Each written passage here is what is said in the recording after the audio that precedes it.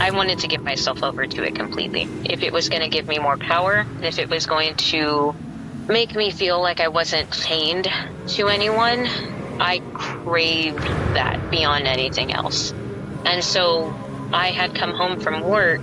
I was taking a shower. I worked at a fast food, so it had been a long day already. And all I could think about was getting home to practice, because my ex was at work and I was going to have so much time at home by myself. And I remember God said, I'll never forget, he said, you are about to cross into an area I cannot pull you back from.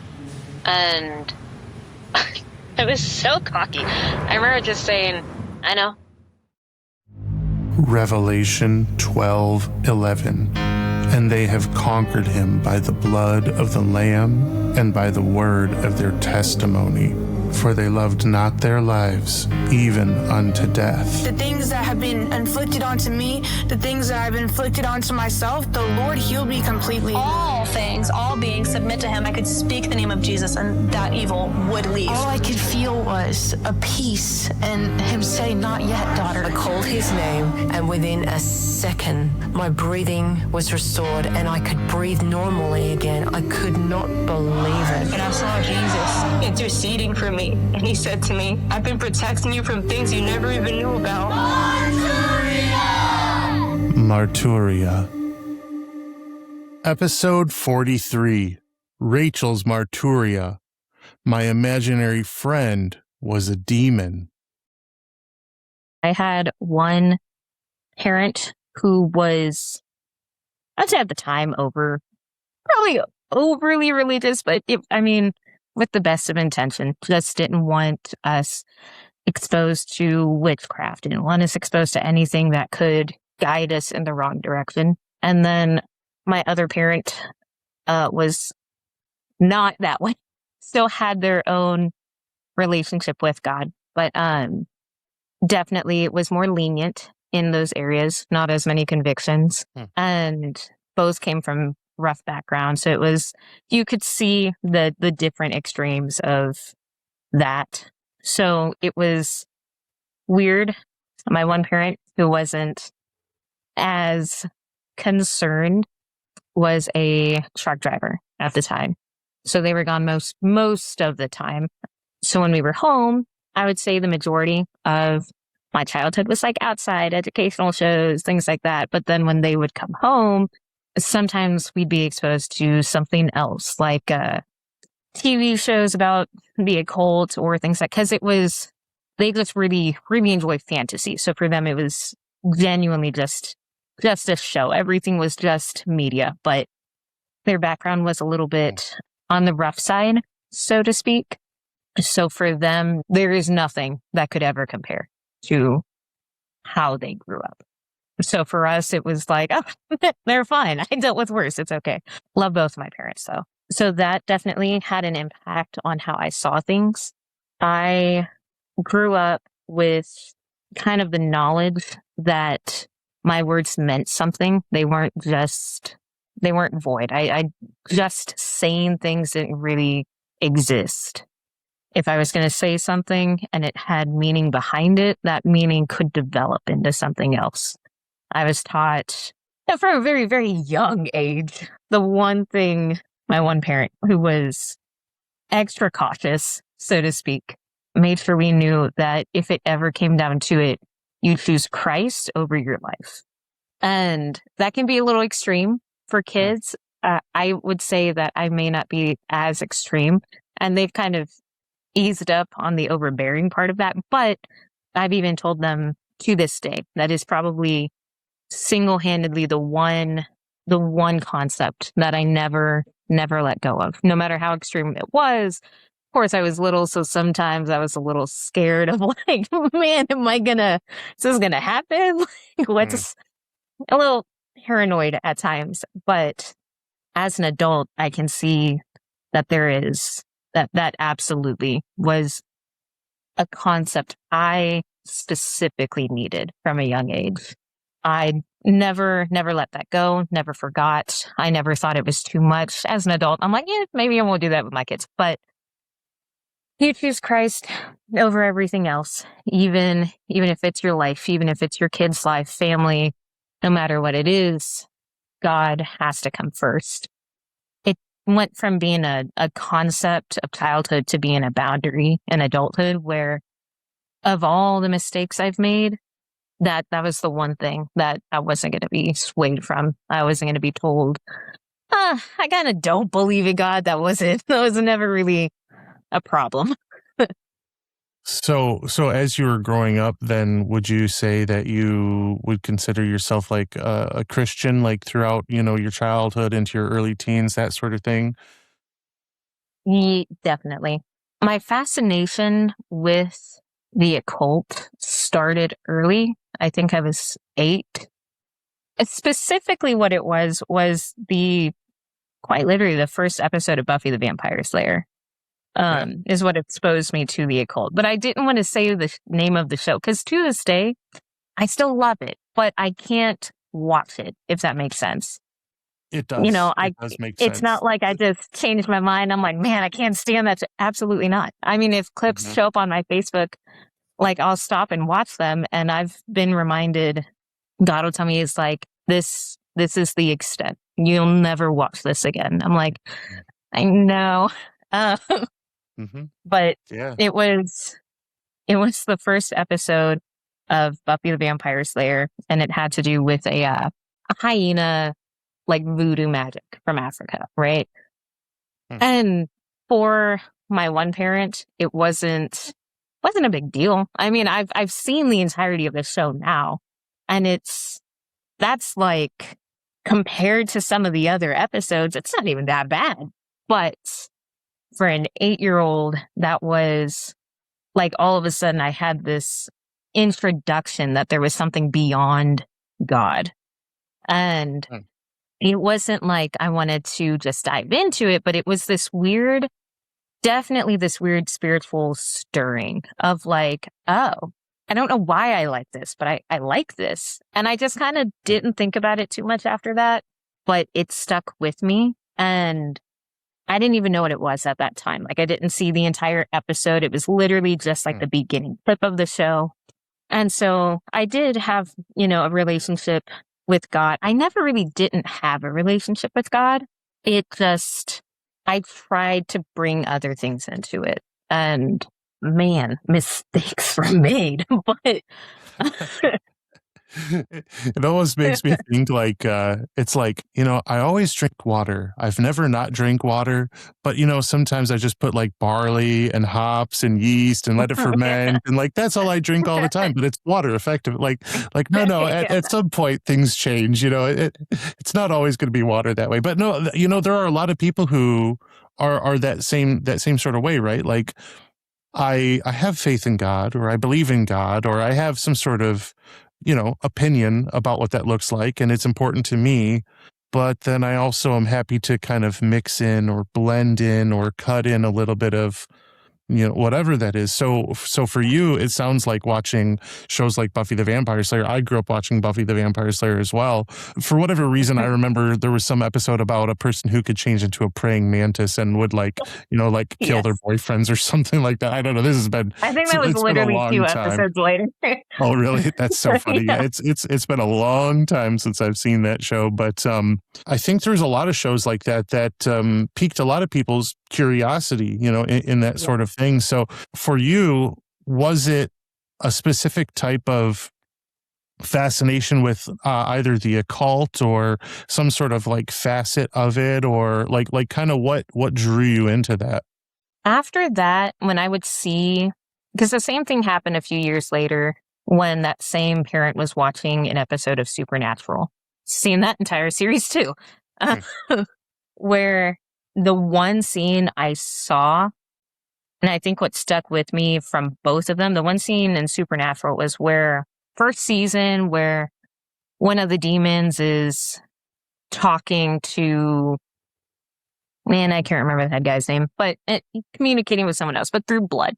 What drew me to the occult and witchcraft in general was the concept of power without being under someone.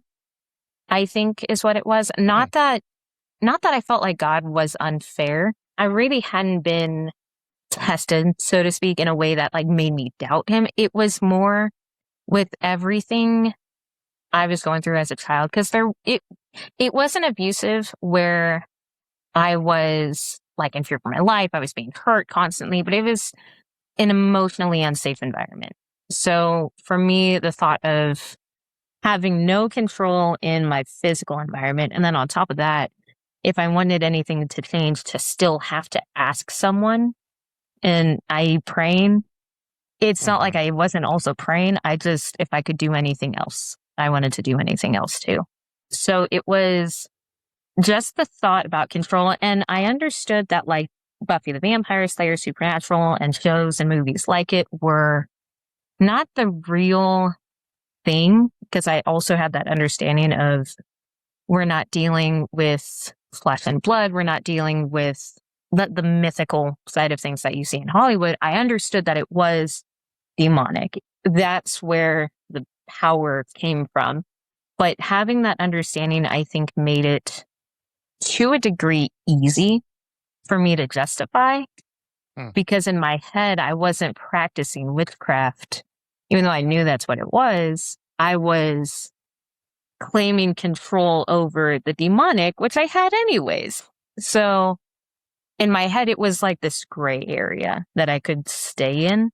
And the more that I saw, the more intrigued by it I got. I mean, to this day, I'm very careful with when I'm around with my kids. I don't want them to go through that same, where they're almost afraid of it, if that makes sense. So like, Yeah. I don't want them to be so underexposed that when they have exposure, they're intrigued by it, like I had been through. But I also don't want them to think like, it's not that big of a deal too. I, like my son, he likes Halloween stuff, but there's a degree where I'm like, hey, no, we're not watching this. I don't like it, but I don't want him to be afraid of those things. Because for me, it was an underexposure. And then when I had the freedom of the internet and I could really just look at whatever I wanted, I was developing that conviction still. It was trial and error that developed that. And if I can prevent that, I'd like to. I guess I'm thinking like, so for you, part of it was kind of this idea of, I don't have to be under something. I don't always have to kind of confer with something. I can kind of, take the reins and make the decision or do whatever it is, myself. Is that kind of effectively what you're saying, is more like this idea of like, oh yeah, I can just do whatever it is. What kind of things were you not wanting to kind of pray about, or not really wanting to go to God about? I had a really hard time with relationships growing up, given the situations that we were in. So it was really hard for me to be emotionally close with people. I didn't like to ask for help. And then if I got hurt by people I considered friends, I also was really vengeful. That was a big issue I had. I was angry from everything going on, a lack of control. And I've walked in the prophetic my entire life. To a degree where I just kind of thought it was normal. I thought everybody just could see things happening. And the more I would say, and I don't say that to be like boastful about it, it is part of the story, but I hated it for a very, very long time. When my parents were going to get divorced, I knew 2 years ahead of time. And when I told my siblings, and this kind of all ties in, when I told them, I remember my oldest sibling was very upset, could not believe I even said that. And then my youngest sibling cried and was like, why would you say that? They love each other. I was like, it doesn't matter. In 2 years, they're getting divorced. I'm just telling you because, like, be ready. I don't want you to be shocked. And 2 years later, that is exactly what happened. And that happened with other things too, where I'd say it out loud. I'd talk about it. I'd start putting my stuff in boxes to move 3 months before we were going to move. And I'd just little things like that. And I knew that wasn't demonic. I wasn't having visions, nothing like that. I knew that was from God as it kept happening. I was like, this is not me. But the control aspect was, I couldn't tell when someone else was about to hurt me. So when it happened, I'd get angry and vengeful. And I wanted to be able to do something about it. I will say my mom was always telling me, vengeance is mine, says the Lord. And our pastor would say that. And, even my dad would say that sometimes. And so I grew up hearing that. And I was like, no, I don't like that.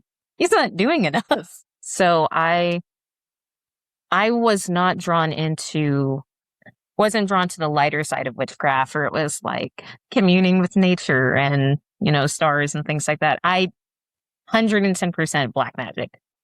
I was looking for ways to manipulate things, manipulate the weather, amnesia, curses, how it's something that came almost naturally, like as unnatural as it is. Before I even had access to the internet to look into things, I would just curse people with my mouth, and I knew that's what I was doing. I would chant under my breath if I was out in public and I wanted something to be happening. Just, it became almost like when you're talking to God in public and like you're in your car and you're just having a conversation with him. That's how it was for me. I would just go through my day where if something was bothering me, I'd curse about it. And I had an imaginary friend at a young age that I found out years later was demonic. I had been very, very heavily influenced by demons personally, where it would be this double-edged sword almost, where on one side they were nasty, and some days I was tormented. And then on other days, it was like they were encouraging me to keep going. And that happened as soon as I was exposed to the occult, I think is when that started. Well, I have a series of questions. First, though, I'd like to start out with when you say that you were basically walking in the prophetic, and you were knowing about things happening, well before they happen, months to years to, who knows how long. What were those encounters like for you? Like, was it that you heard a voice, that you saw something? What was that where you knew that you were having some sort of prophetic encounter? The best way I could describe it, it's almost like hearing a voice. And over time, I've been able, and honestly, the witchcraft kind of helped. Over time, I learned to decipher if it was my own voice, if it was the demonic, or if it was God. And God is significantly louder at this point, much clearer to understand. But it's almost like an internal audio, like when someone's talking on the outside and you plug your ears, sort of. Or if you're talking and you plug your ears, like you can hear it on the inside. So that would happen it was fairly regular, and it was like, I just didn't think anything of it. It became second nature, even through the dealing with witchcraft and everything all the mistakes I've made. I ran from the gift itself, but anytime God told me something, I have yet to see it not happen. And over time, I learned how to differentiate that voice from everything else that was talking to me. So with my parents, it was more like a knowing. I was, I think 8, and I was just talking to my siblings. Parents had just gotten done arguing, and I just said it like it was written in a book. Like I had seen it. Everyone should have seen it. Like, how do we not know? I was like, yeah, they'll get divorced in a few years. And like, what?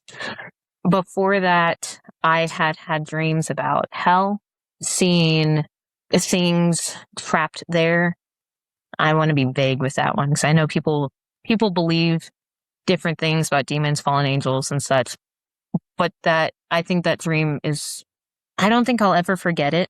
I was 5 when I had that. I'll never forget it though, because I couldn't tell you if it was actually hell, if it was lake of fire. My belief is that they're 2 different places. But in it, and some of this may be symbolism, but really, I don't know. It started where it was like a red environment, lava type of substance on the ground, fire. Satan was trapped in like half stone and chained. I don't think there's any sort of detail I could go into that would fully describe it. The moon was blood red. Even though it was hard to see, I remember that being differentiated. And where you could see that the moon was blood red, but then everything else was also red. And there's a dragon flying around. That's where I'm like, I don't know if that was just symbolism or what's going to come. It terrified me. I was asleep. I was 5. I woke up, told my mom. My belief is that demons and fallen angels are different, but that's because in my dream I saw both of them. So it's, like I said, my one parent was very, very cautious about what they showed me. So by this time, I hadn't seen anything from the occult. I had not seen anything about like the rapture or really talked about hell or anything like that. That wasn't discussions that they had with us, or at least not with me at that time. But I remember I woke up and I just ran into their room and I was like, I just had this dream. And I'm like, I'm 5, so I'm going into detail and I'm rambling and they're, looking to compare it to scripture and Revelation. And that was probably my first real, like, where did this come from type of encounter. But when I was, again, 8, I saw on 2 different occasions my white horse with my name on its bell. I'd have dreams about end times and different things that were coming. I had one dream about, I know it's got to do with Revelation. I just don't know where. Just a map over the ocean and different things that I still talk to God about. Because I'm like, this definitely wasn't from my brain, but I don't know what it means yet. I mean, I had to go to God about all of it, which is what made, when I was bringing the occult into things, I was still hearing from God. I became less focused on that. And I was in my own way running from that. I hated it. After my parents did get divorced and I think what I hated was that I had told my siblings that it was going to happen. And I said it out loud. They didn't like that. And then when it happened, it devastated them. I mean, they could not believe it had happened. My sister was heartbroken over the situation. My brother is older.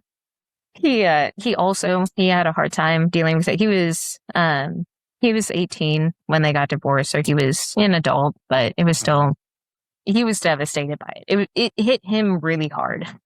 And I didn't understand why.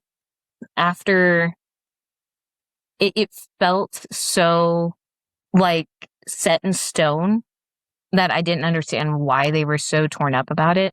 And that kept happening where I would, even when I was talking to my parents about, hey, don't do that. That's a bad idea. I feel that immediately.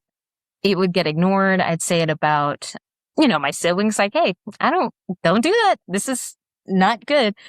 And I think over time, just the repetitiveness of saying it out loud. And it wasn't just like, oh man, Rachel's so smart. It really was like, no, I'm 10.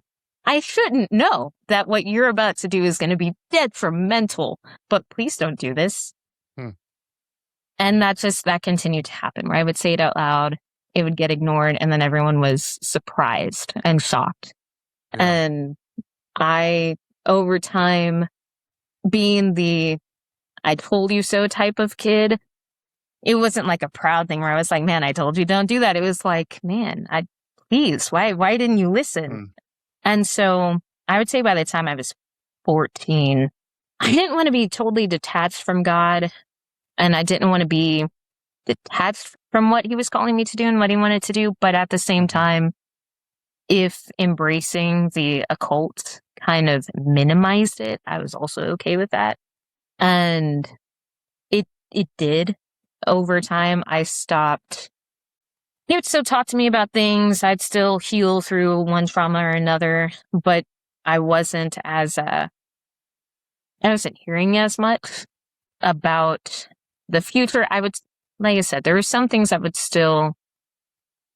he would still tell me, usually just having to do with my own life, but it wasn't as far ahead. And I remember when I moved out of my parents' house, I moved in with my boyfriend at the time, and I was cleaning the apartment one day, and I heard God very audibly tell me, this isn't what I have for you. And I was like, I know.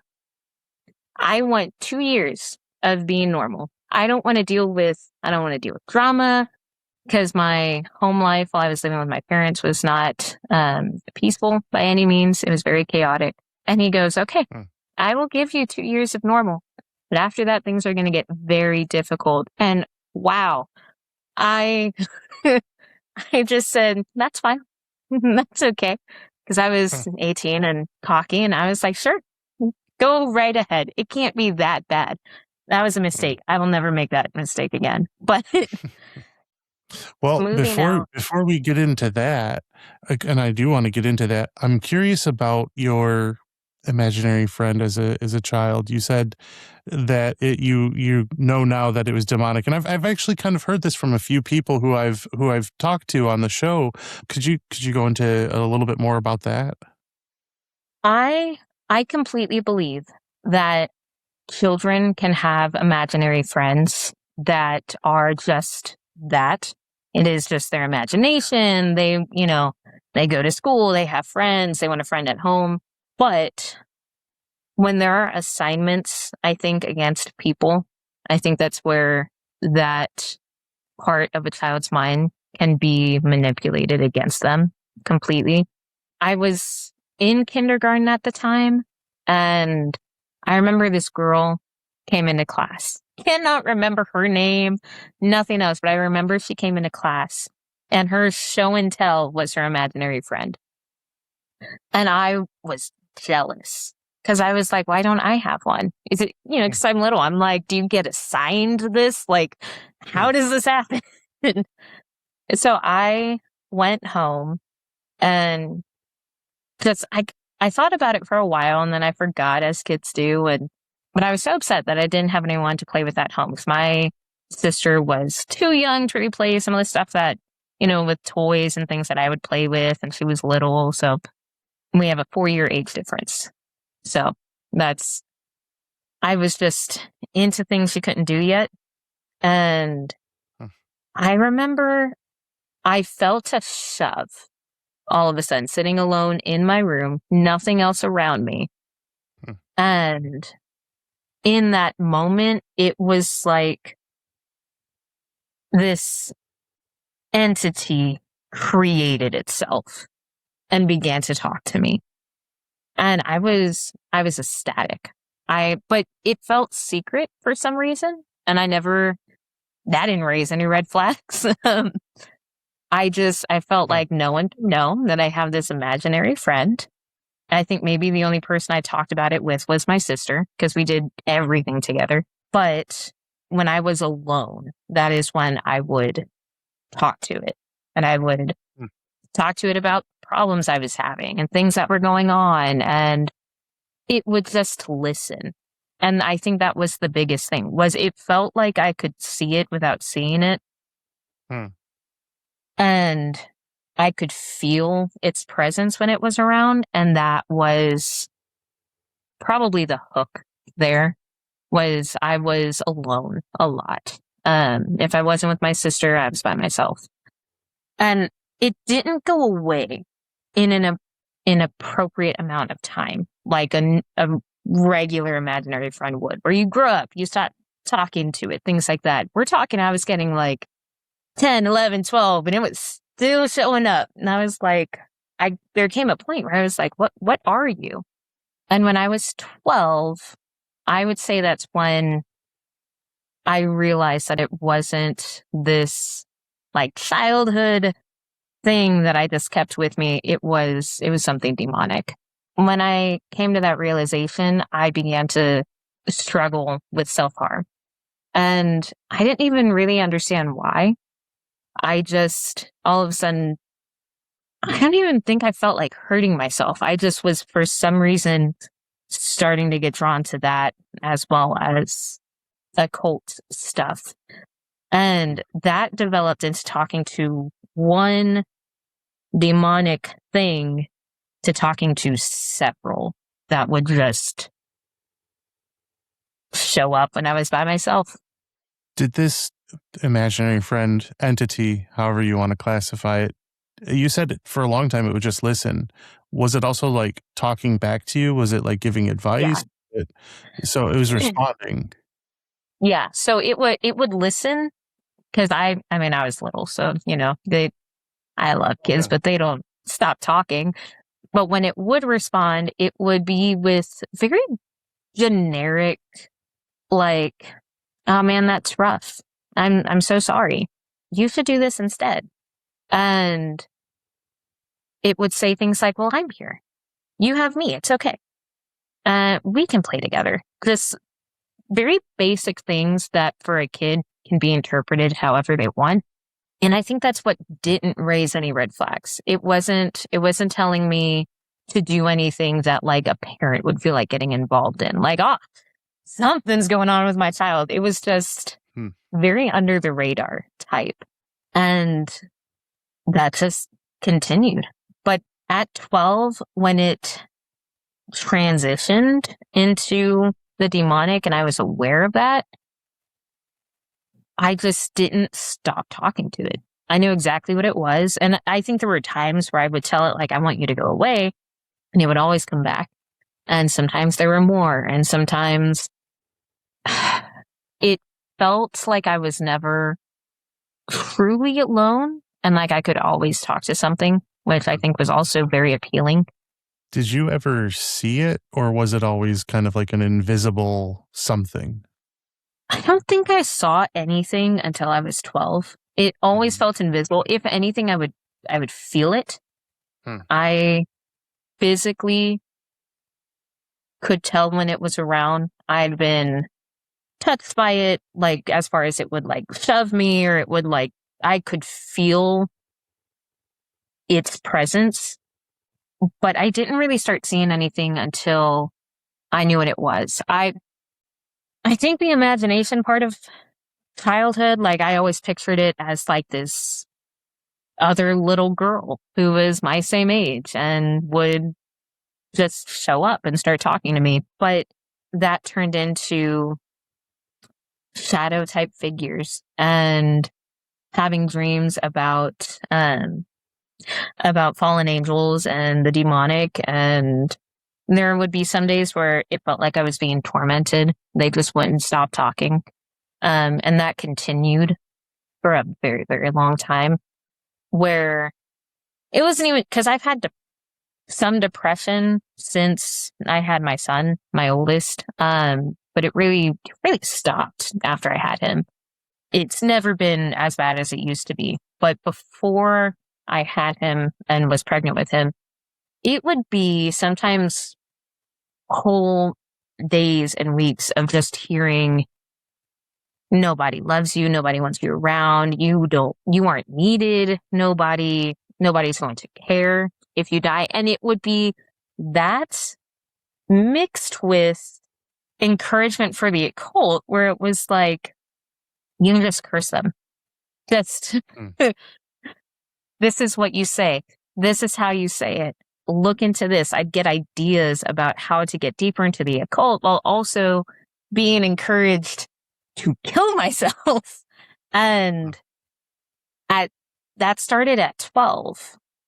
And I just I didn't think anything of it, because the circumstances that were going on were also just as it made sense.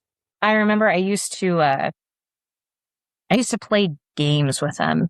And I would tell them show themselves, do this, tell me this, how do I would play games to try to see how much power I had over them. And then once I realized that I had really as much as I wanted, it was bittersweet because it was the power that I'd been looking for, but I still just felt almost nothing towards it.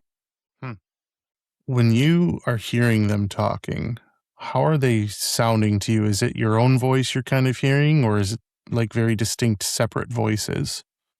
Definitely distinct voices. They sound seductive, is the best way I could put it.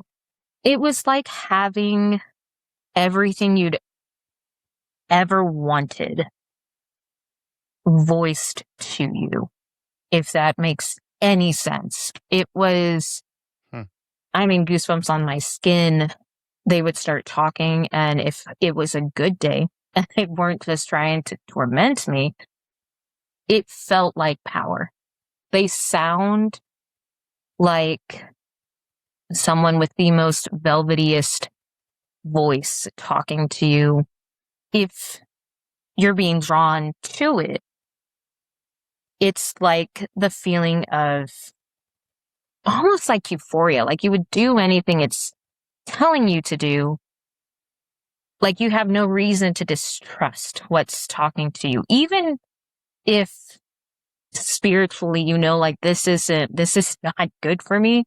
My body just could not care any less about the damage it was doing. Interesting. It was significantly different than when my mom would describe her interactions when, she would have encounters with the demonic, because she would rebuke them, pray against them. They would try to torment her, insult her. But for me, it was like a back and forth, like being in an abusive relationship where you're just being gaslit and then emotionally abused at the same time, where you keep coming back because while you hate them, you miss them when they're gone. And it was awful. But I remember feeling like, well, this is the most attention I think I've ever gotten. I am not going to lose this when I don't have anyone else in my life. I moved a lot. Friends were difficult, and I had very little control over my circumstances. I used the word seductive because that's how it continued to feel. I had probably a couple of years where I was really, really trying to just follow Christ. I was trying to ignore them. I was trying not to self-harm, and that was on and off. And then once I moved out, even beforehand, but living with my parents, I didn't have the freedom to practice how I wanted to. So I would wait till everyone was asleep and then do what I wanted.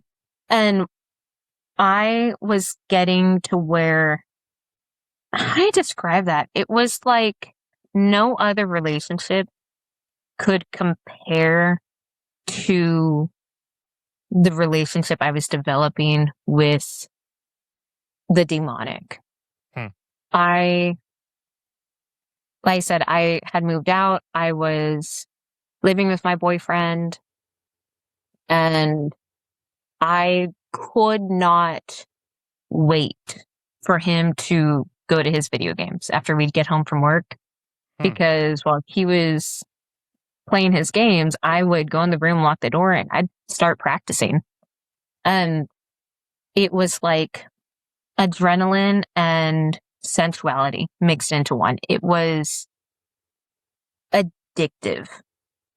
Stopping wasn't, I don't want to say it wasn't hard. The decision itself, knowing the consequences, wasn't hard. But the aftermath was very, very, very difficult. Because it's not like it just stopped feeling that way. It was now anytime the occult happens and I have this feeling of like an addict looking for a fix, I have to just say no.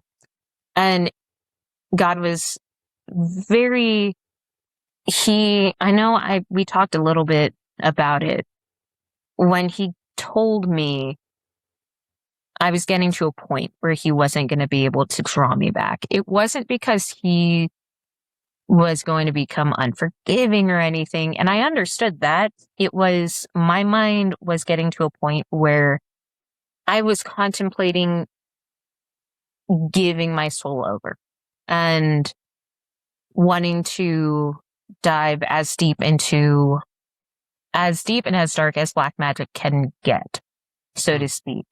I mean, I wanted to give myself over to it completely.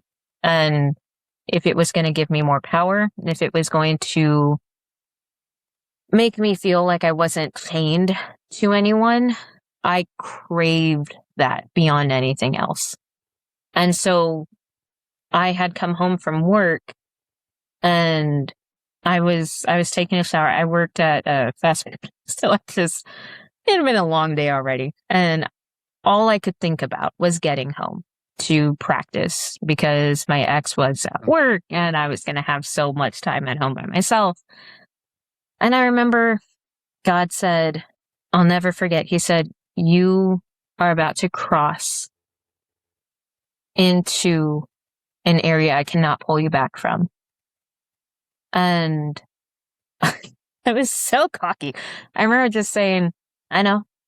And he said, are you going to stop? And I took a deep breath. I just, yes, I will stop. And I got out of the shower and I just sat on my bed. I didn't know what to do anymore. I'd been purchasing candles. I'd been looking online at things I could buy.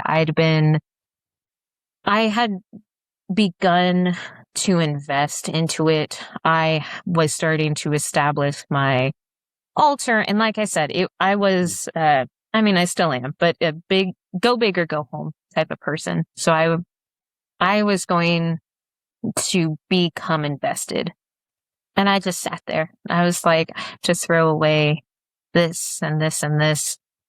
And not everything was gone immediately. The biggest thing he wanted me to stop was just the act of practicing, because I was going into it fast.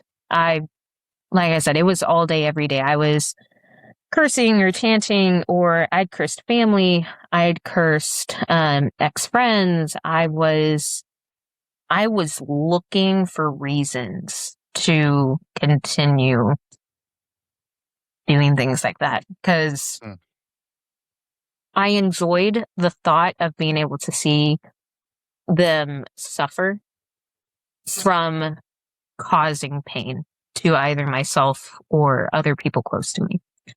So, not everything left immediately, but little by little, things were taken. At the time, I owned Buffy the Vampire Slayer, full DVD collection, loved it.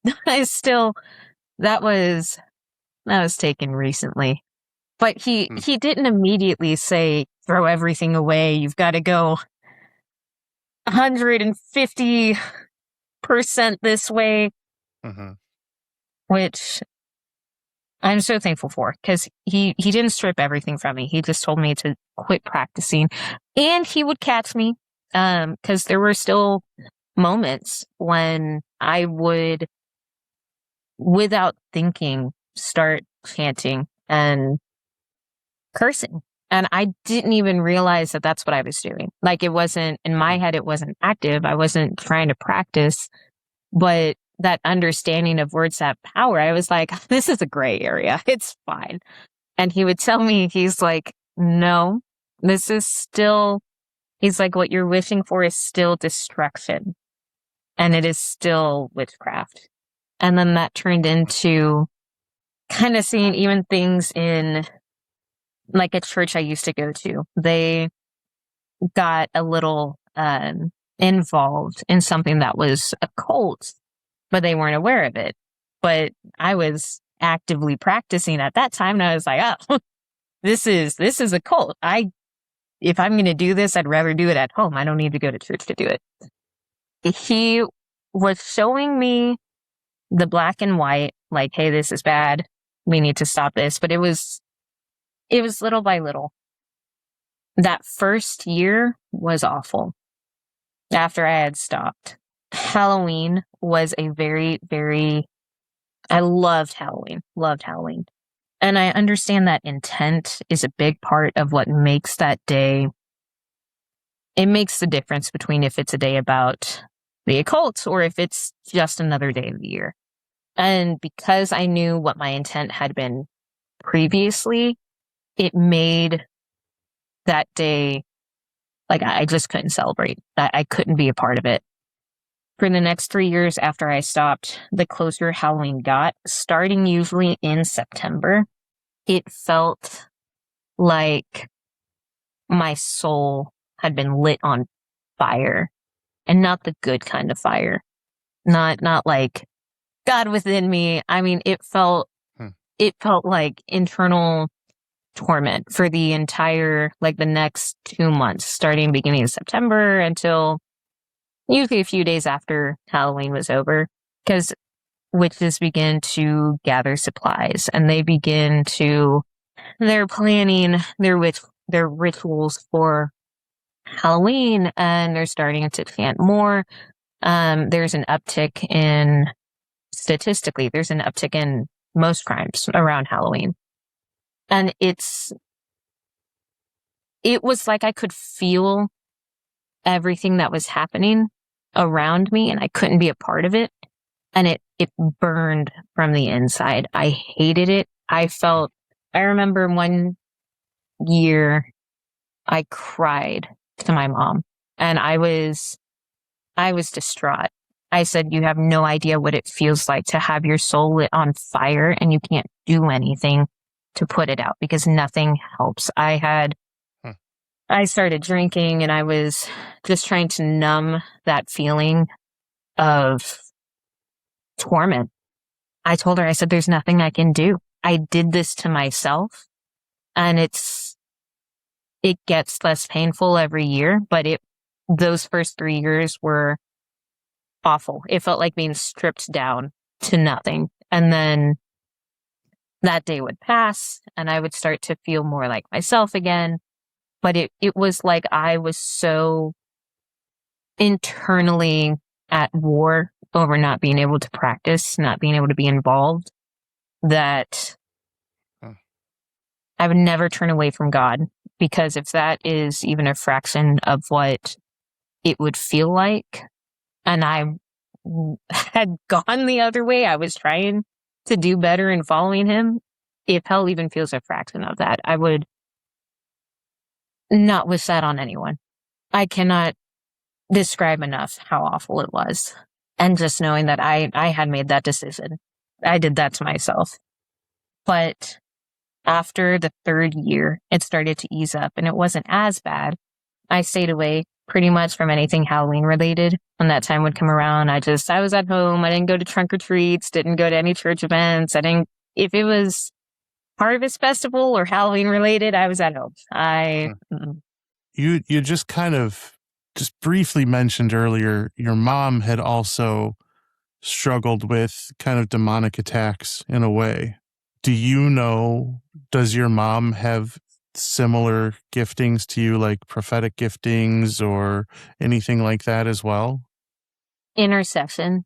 Hers is, she's had some, like, words of knowledge and some prophetic, but hers is definitely more intercession.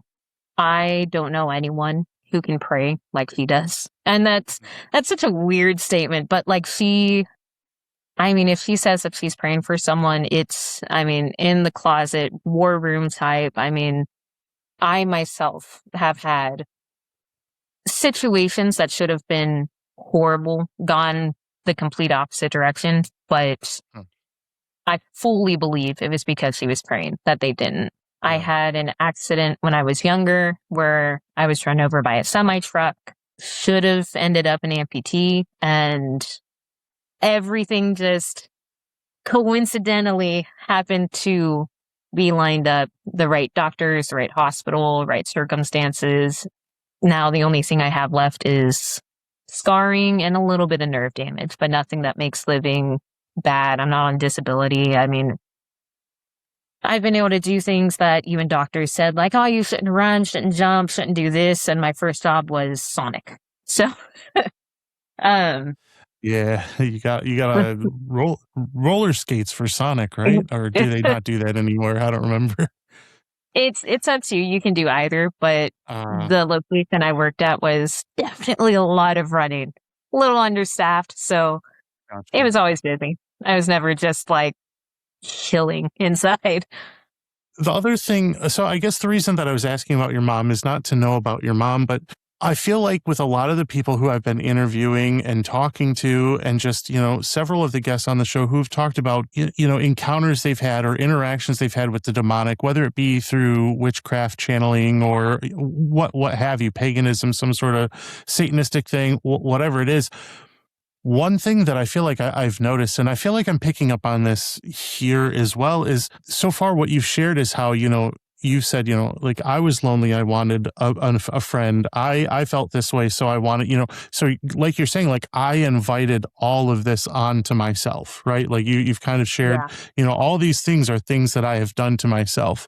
And I don't know if, and I'm not trying to say that you're wrong, because that's not what I'm saying. I'm not saying you're wrong or right or anywhere in between. But the interesting thing is though those were all things that you welcomed, I think the other side of it is that the entities that were interacting with you were preying on very specific giftings that they knew that you had.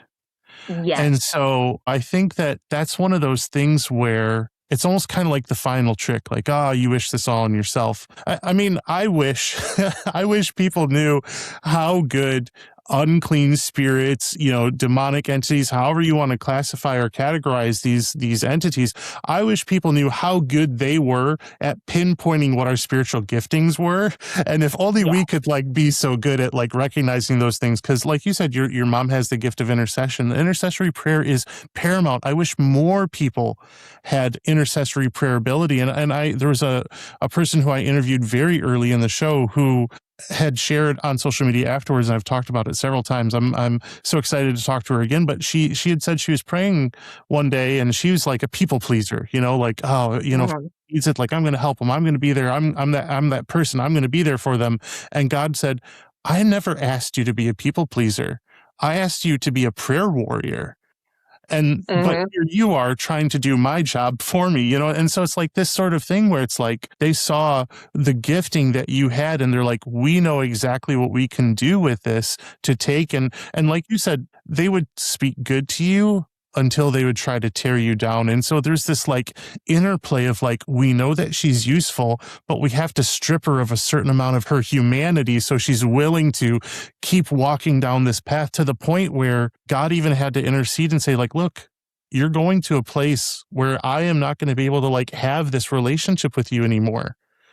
Is that what you want? Is that really what you want? And to where you had to say, well, no, it's not. But then you recognize now, because you've had that relationship with those entities for so long, there's like this grief, this feeling of loss. And like, I think the way that you described it is excellent. Like this burning, like for several, for that time during Halloween, and even now it's still, or I don't know if now, but you said for several years, it's definitely a very big challenge for you, during that time, because it's almost like you lost an intimate partner, in a way, because who doesn't want somebody who's going to listen to them? Who doesn't want somebody who's going to empathize with them, to sympathize with them, to be there for them? And it sounded like they were there for you better than anybody else has been there for you for a long time. You know what I mean? And now, obviously, we're saying this all from the idea that like kind of superseded the whole like, well, I don't want anything, because then I feel like I'm under God. But the interesting thing is, these entities that are interacting with you, you're really under them, even though they're trying to make it so that you don't feel that way. You know what I mean? I really appreciate what you shared so far. I know we're not done yet. I know you still have more to share. It's so interesting to me the way that these entities are like, God created her for this. Oh, we know what we can do. It's just like, we use the term now in a way that we know what we mean when we say it. When we say the term grooming, we all feel like we all kind of get this like, oh, how dare that person? But that's what these entities are doing all the time. Like, that's what they live for.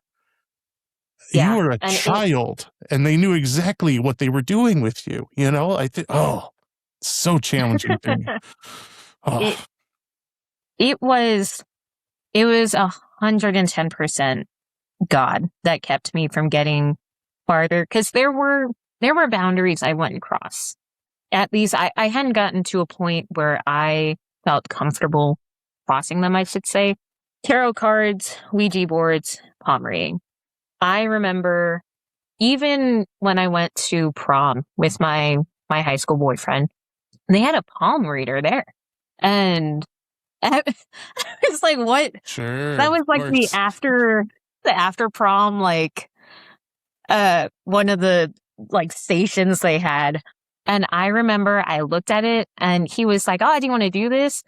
And anytime a situation like that happened, the loudest voice of God, just no, don't. And I was like, all right, you know what? I'm feisty, I'm sassy, but I will not tell God no to his no. If he said no, the answer is no. So I stayed away from it. Other people may have a different opinion, but I really believe that those areas of physically allowing them to interact with you can reveal way more to them than you would ever intend, because they're not just trying to use your gift or see more about you. They're actively using the person who's doing this with you. So for the palm reader, they're actively using the palm reader to learn more about other people. With tarot cards, it's the same thing. And Ouija boards, that's not a smart idea, no matter who you are. And it was, I never felt that was probably the only red flag that was ever like, bright red, don't do this. And I'm so glad that I never disobeyed that warning that God had given, because I think things could have been way worse had I jumped into that also. I was making enough mistakes and opening enough doors all on my own in other ways. I mentioned how Buffy had recently been taken. Like I said, I had the whole box set for all the seasons of Buffy the Vampire Slayer and loved them. Hadn't watched them in years, but it just sat on my shelf. And before I was pregnant with my daughter last year, I can't remember if this was a year or a year and a half ago that this happened, but I had a dream where, I mean, you could feel the demonic. Those aren't dreams I have super often, and usually something's about to be dealt with if I do. In this dream, there was active witchcraft going on. There were, people trying to talk to me, and in the background, it was God saying it to me, and I understood why. In this dream, in the background, I hear tabula rasa, and I wanted to make sure I talked about that today, because he said it, I think, twice, and when I woke up, I knew immediately what it was. That is an episode of Buffy the Vampire Slayer. The whole episode is about witchcraft and how one of the characters was going too far into it. But it's a Latin term. I'm looking at my notes, and it means blank slate in English. And so when I woke up, I knew, I was devastated immediately, because I knew exactly what it meant. He said the term because it was time to get rid of my Buffy the Vampire Slayer. And it was a blank slate. I was getting rid of the start of this whole problem. And I was devastated. And I asked him, I was like, Lord, I don't know what to do. Do I throw it away? Do I donate it?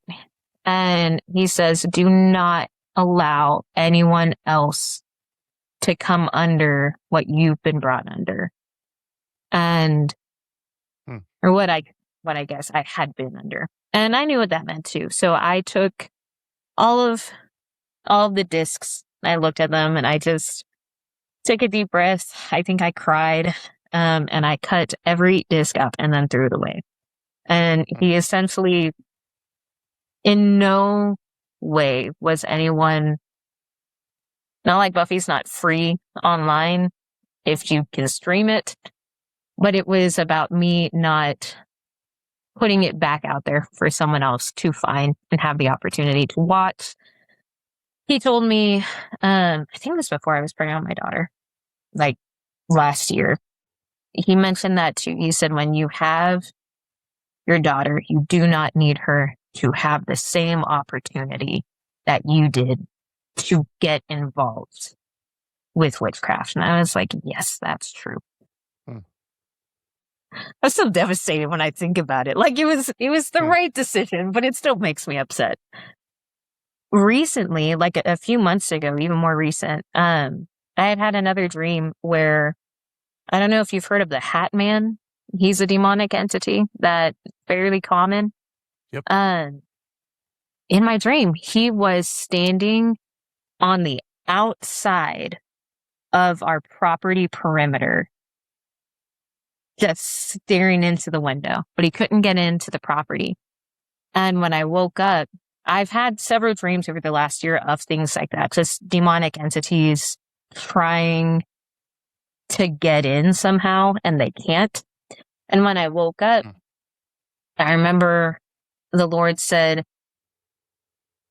you do not live a perfect life, but you follow me. And these things that are trying to harm you cannot reach you. And I just took a deep breath. I was like, oh, thank God. Thank you. Because that's the last thing I need. But it was clear as day. It was the Hat Man entity on the outskirts, just looking in. And that same night, my mom had also had a dream about demonic entities attacking family members that we had. And because we talk a lot about, we compare notes, I should say, like, hey, how was your night? Because this is what happened. And he kept reminding me of, I don't live a perfect life. There's still things that we're working on. Like I said, just recently I let Buffy go and I waited like 5 hours, and I woke up, had my coffee. I was like, I don't want to do this yet. He just keeps reminding me that I'm doing good. I'm doing better. I probably worry more than I should about falling back into it, because that's not a problem. But over the last 4 or 5 years, he brought me out of so much. When I was leaving my ex 5 years ago, I had hit rock bottom where I really was contemplating, in the most viewer-friendly term, taking the big nap. And I had moved in with my best friend, and I had a night where I drove to Joplin with a friend, hoping that I could just talk, but they were kind of into their own world, totally not paying attention to anything I was going through, talking to someone else.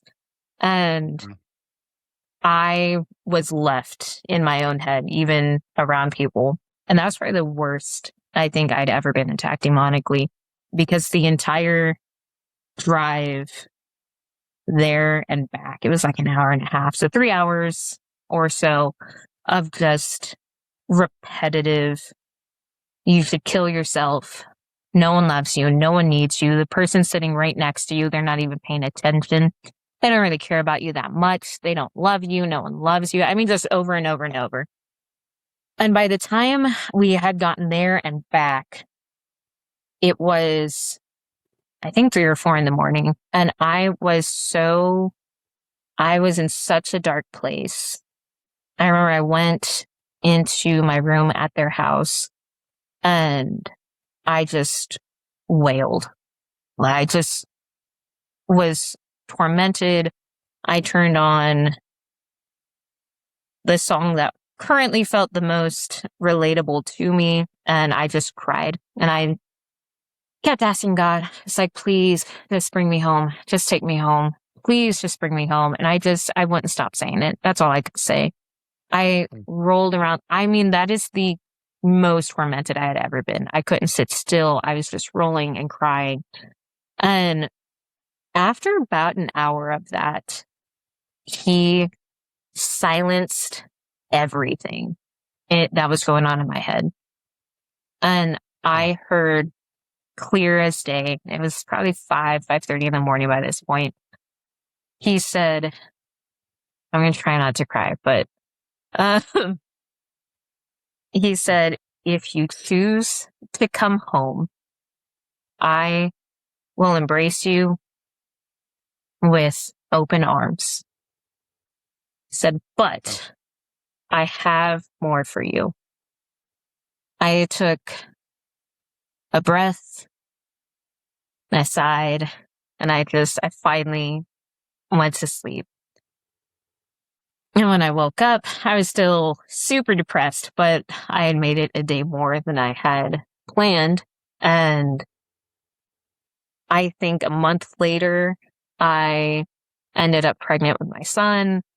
And it wasn't like everything was fixed immediately. It's funny. I don't know if you can see it. I got the tattoo. Yeah. It was March 21st of 22. And I got the semicolon and, but I have more for you tattooed. I had a close family friend ask, why'd you get the date tattooed? And not everyone's going to understand, but it felt like I had hit my official rock bottom. And that was the turning point. I could never forget that day. So I wanted to be able to tell other people about it.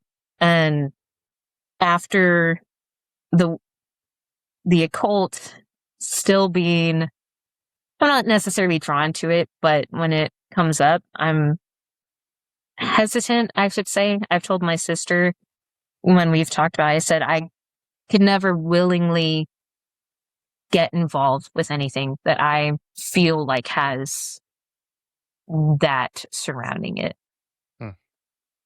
Everything can influence you, but there are some things that are assigned to be a problem. And red flags immediately. And when they go up, I'm like, okay, I can't be involved with that. I've left churches, stopped watching things. I've had family that I've told straight up. I said, if you get involved with this, I will stop talking to you because I can't be involved in it. And before I had left my ex, before this date and everything had happened, I was struggling really hard with what he was calling me to do. Just even the beginning of it is still, I moved back to Missouri from Arizona, but before all of that had happened, probably what set that path into motion, I was at home and I had put on The Chosen. I hadn't seen it. I'd heard of it, but I was really trying to do better in my relationship with God, and not just like trying to get by and deal with that internal burning. So I put it on, and that first episode, I have not seen much since then. Like it was that first episode I really needed to watch, I guess. When Mary has the demons cast out of her, when that scene happens and she feels lighter and she's rejoicing and she's happy and she's called to Christ. And I remember I paused it. My apartment was a mess. Nothing was where it needed to be, but I sat down and I had tears just falling from my face. I was actively weeping. And I remember just telling God, I'm so sorry that I have ran from what you called me to do. I have been afraid of what it means. I it's not an excuse, but for the next like hour, I just repented of everything. And 6 months, what was that, June 21?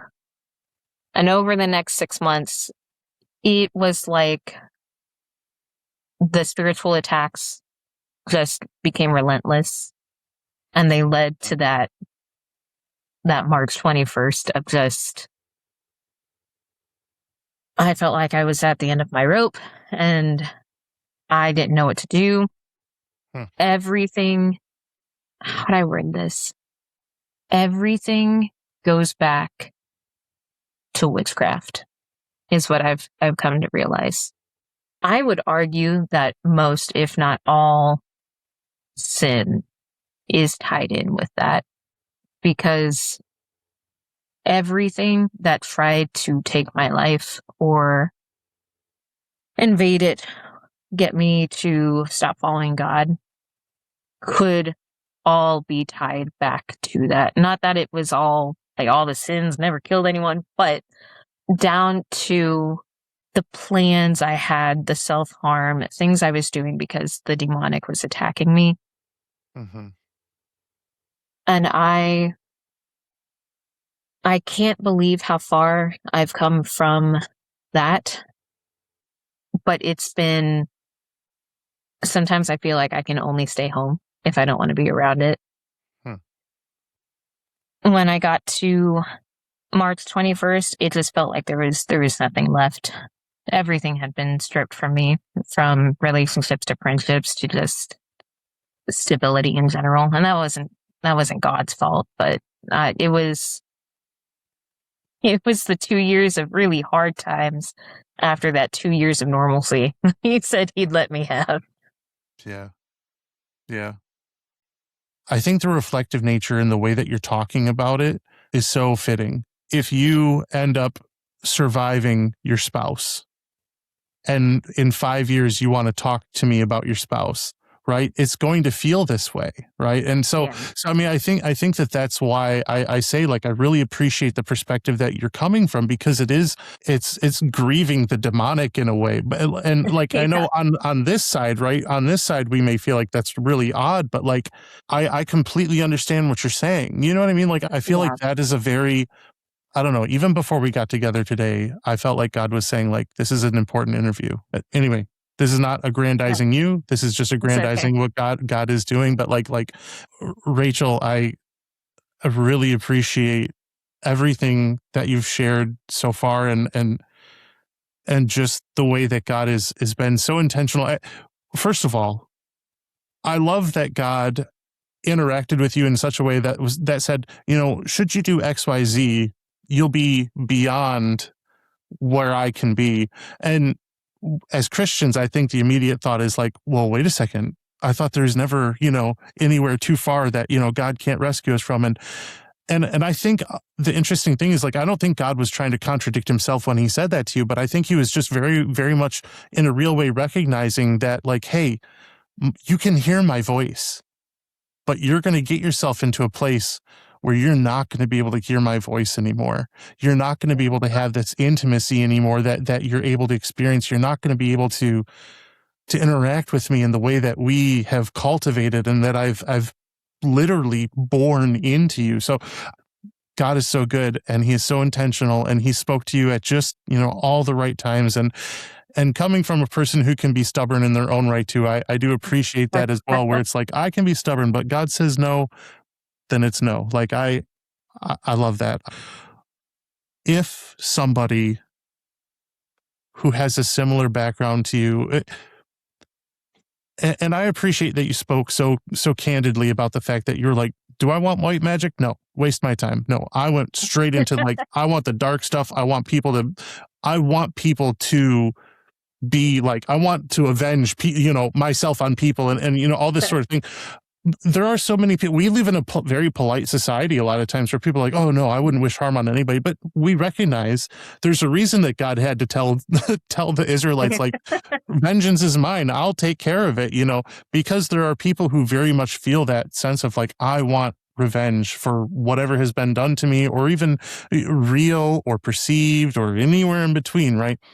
If somebody comes to you who is where you were, they're like, no, this person who wronged me, I got something for them, like whatever.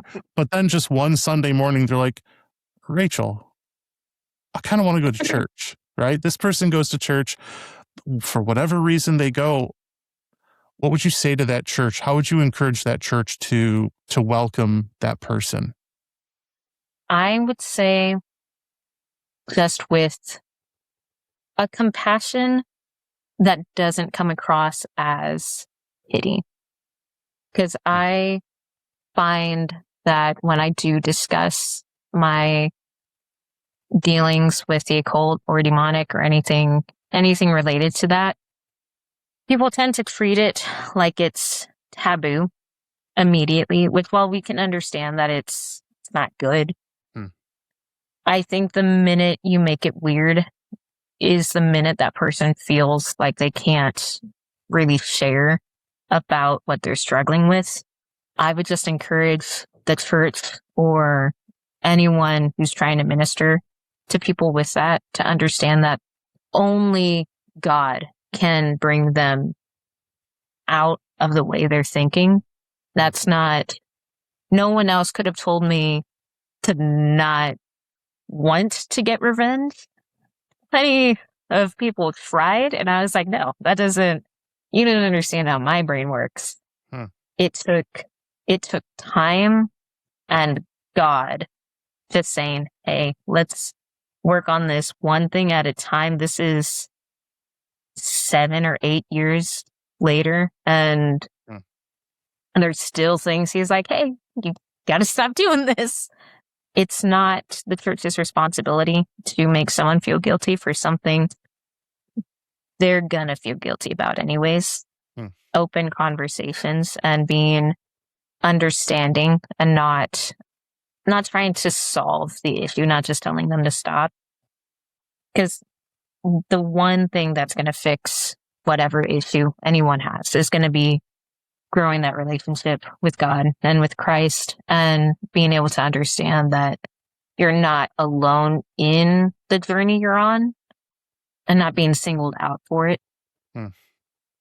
A lot of people at my own church don't really, this will be the first time they're hearing any of it. So, it's not like I can't talk to them, but it's become something that I don't really like to talk about at church, because I think people's thought processes go to, oh, can't trust them with my stuff or my kids or in my life. And it's like, no, my walk with God is significantly stronger than it used to be, but the things I've come from have given me, through God, a knowledge and a wisdom of how to identify it in everyday life. And even when, sometimes it enters the church too.